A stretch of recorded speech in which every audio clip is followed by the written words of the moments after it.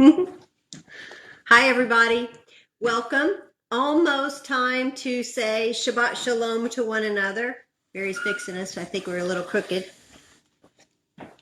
Hey, better. Wonderful to see everybody. And I know some people are going to start to check in, and that's pretty exciting.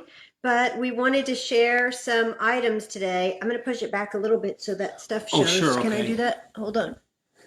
Okay. Um, we brought some stuff with us today. I got it. Hold on one second. Better. Little still not quite where we wanted it. Hold on one second. I think the problem is that you're standing up. I know. Hold on. Here you go. Look. I got it. Okay. I want you to be able to see this stuff here. So give us one second.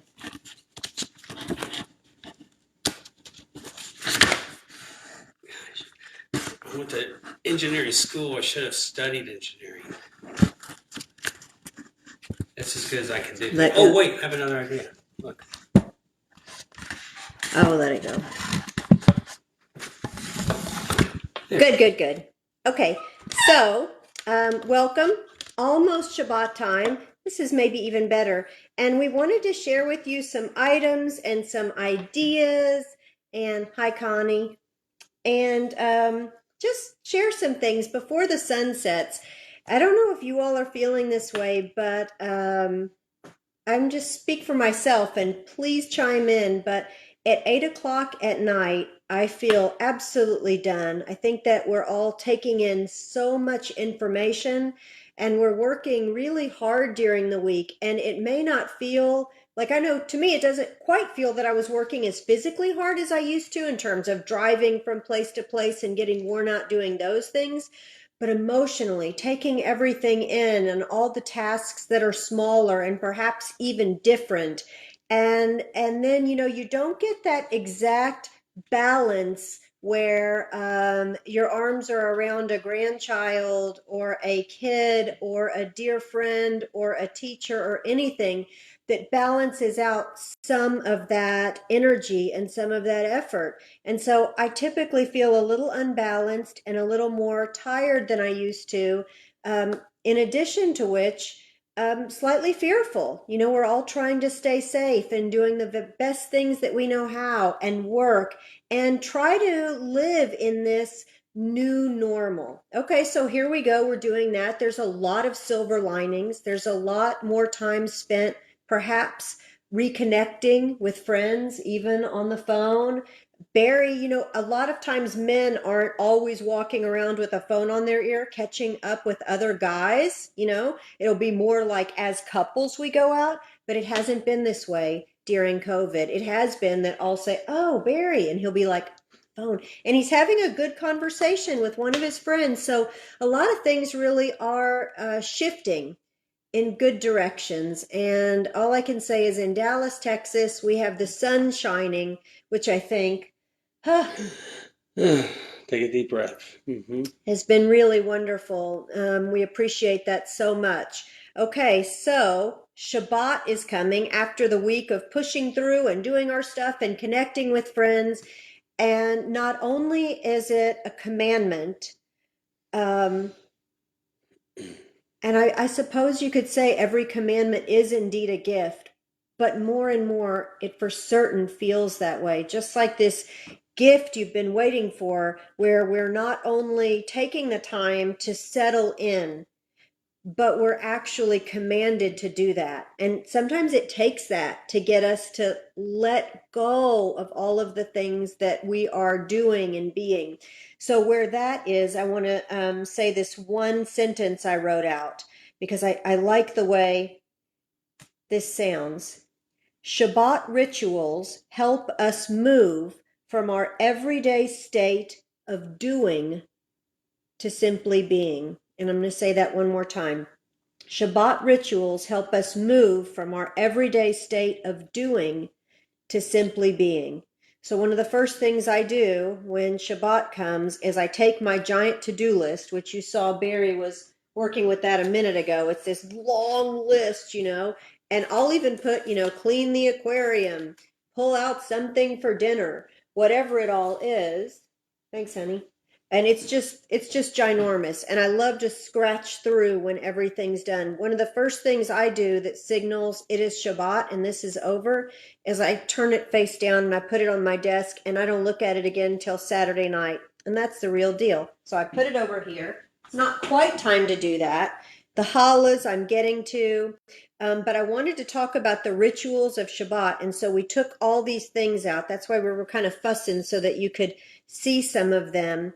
And you remember this one, don't you? Yep, I sure do. It's a tzedakah box, Mm-hmm. and it See how it came opens? from Europe. Yep. Was it from, A little town right outside of Paris. right, and Caroline got that on her trip to Europe. And when a kid goes to Europe and they take that, one carry-on bag and a backpack, when they bring you back something like this beautiful tzedakah box, it's precious to you just forever. And it came back in one piece and not crushed. And it's absolutely gorgeous. And with the jingle of money in it, There's no money in it. it would be even more gorgeous. But this is kind of a different time, isn't it? It sure is. We don't have really time to save for the future. What we need to do today is every week we try to decide who we're going to give money to help with hunger, which is really more closer to us than it ever has been before. So we believe in the North Texas Food Bank.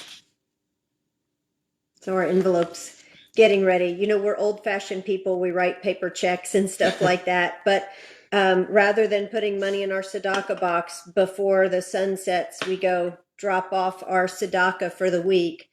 And I think food has really, really hit us in the kishkis. And I bet you might say the same thing too. I know in our house, we're typically overfeeders. Yeah, we're fortunate and we're blessed. And we also believe in the JFS, the Jewish Family Services, which we've supported. And even, I will say this. They're doing a phenomenal job getting meals to people. They have, but I will have to say this. I'm so excited because we did give money, and as it turns out, one of the donations we gave happened to be for an auction item. I can't wait because one of the auction items that I'm hoping like heck to get will be a free visit by Luka Doncic. How great would that be? Bring all the neighborhoods around, bring all the kids around. Any chance we'll get it? You didn't win that one. Oh. You didn't win that one. Well, what did we But win? that happened today, like a spa package. That's terrific. Okay. Well, that's This is a fine. raffle item. We got lucky. Okay, moving on and going back to the theme of today, this Shabbos show.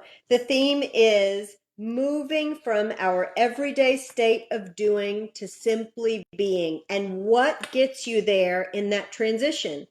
Shabbos rituals. We think it does. We think it's very helpful. So we've made candles together. Last week we made this really cool challah with you, and we wanted to show you some other things today.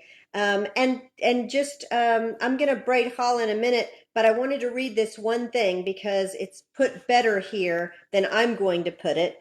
It is a Jewish custom, I don't know if you know this or not, to light at least 2 candles representing the 2 passages in the Torah in which we are commanded to keep Shabbat. The first occurs in Exodus chapter 20, verse 8, which states, "Remember the Sabbath day to keep it holy." And the second in Deuteronomy chapter 5, verse 12, "Observe the Sabbath day to keep it holy." So we want to always put in these little extra tidbits, sacred tidbits, so that perhaps tonight when you light your candles, you'll say, now I know there's 2 verses and that's why we light these 2 candles, and you have your tzedakah box, and hopefully we'll do that before we light our candles and get going in the other rituals of the kiddush and of the motzi, and we'll have our challah. And on that end, where rituals are concerned, we like to show you objects because the objects, these sacred objects, tie us to traditions that we've all loved so much. but right now we're building new ones and we're making new memories and new traditions. But this is an older object I have, an older ritual object, and it's a challah cover.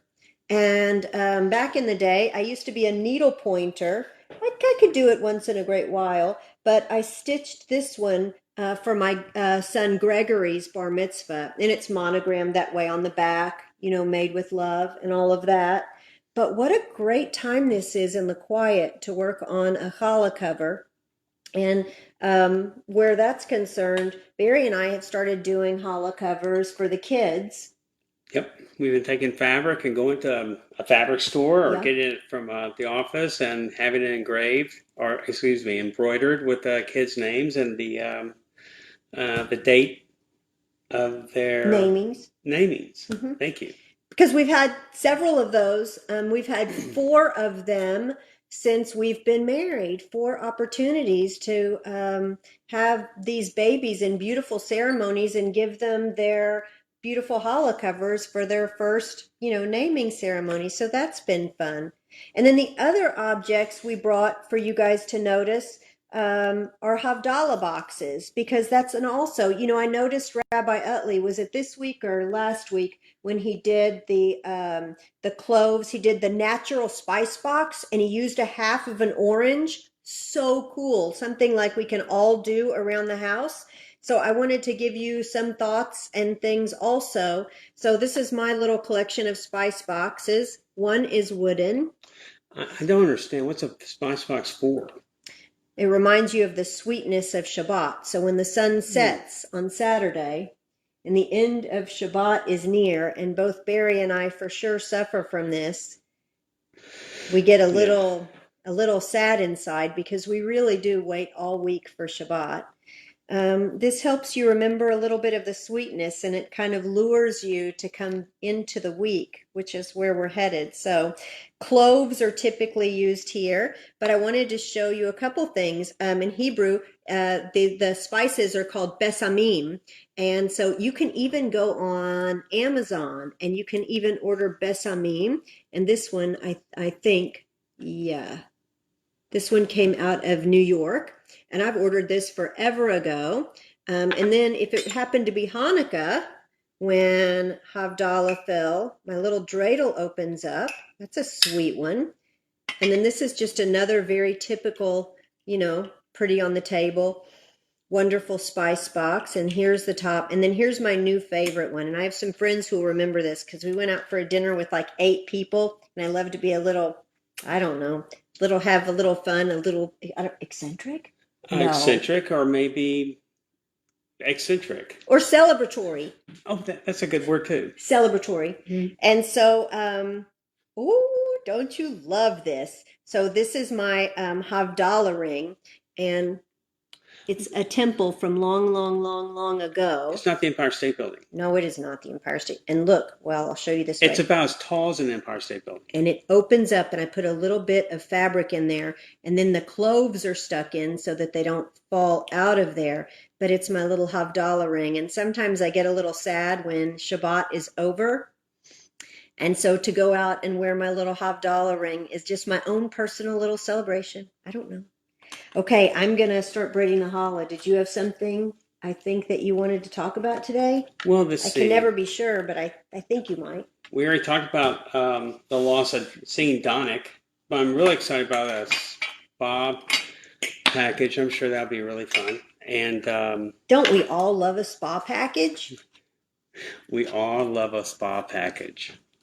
We are having so much fun, and yeah, we do get a little bit different than we have been, considering the end of Shabbat and after Havdalah, because normally we would be getting dressed and going out to dinner and having a great time and having a glass of wine and be celebratory. Mm-hmm. But what's happened since COVID started, we basically go through it's an old West Texas term, a little mashuggy, because we end up cooking here as we have been, and we're getting used to it.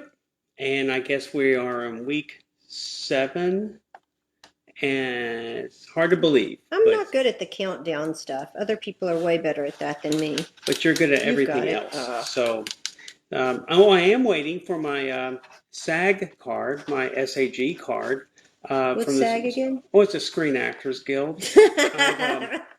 I've been the main producer, the executive producer of Debbie's yoga shows every throughout the week, and I'm hoping to give one myself and also maybe one for Nala because as an assistant producer, she has been very innovative and helpful.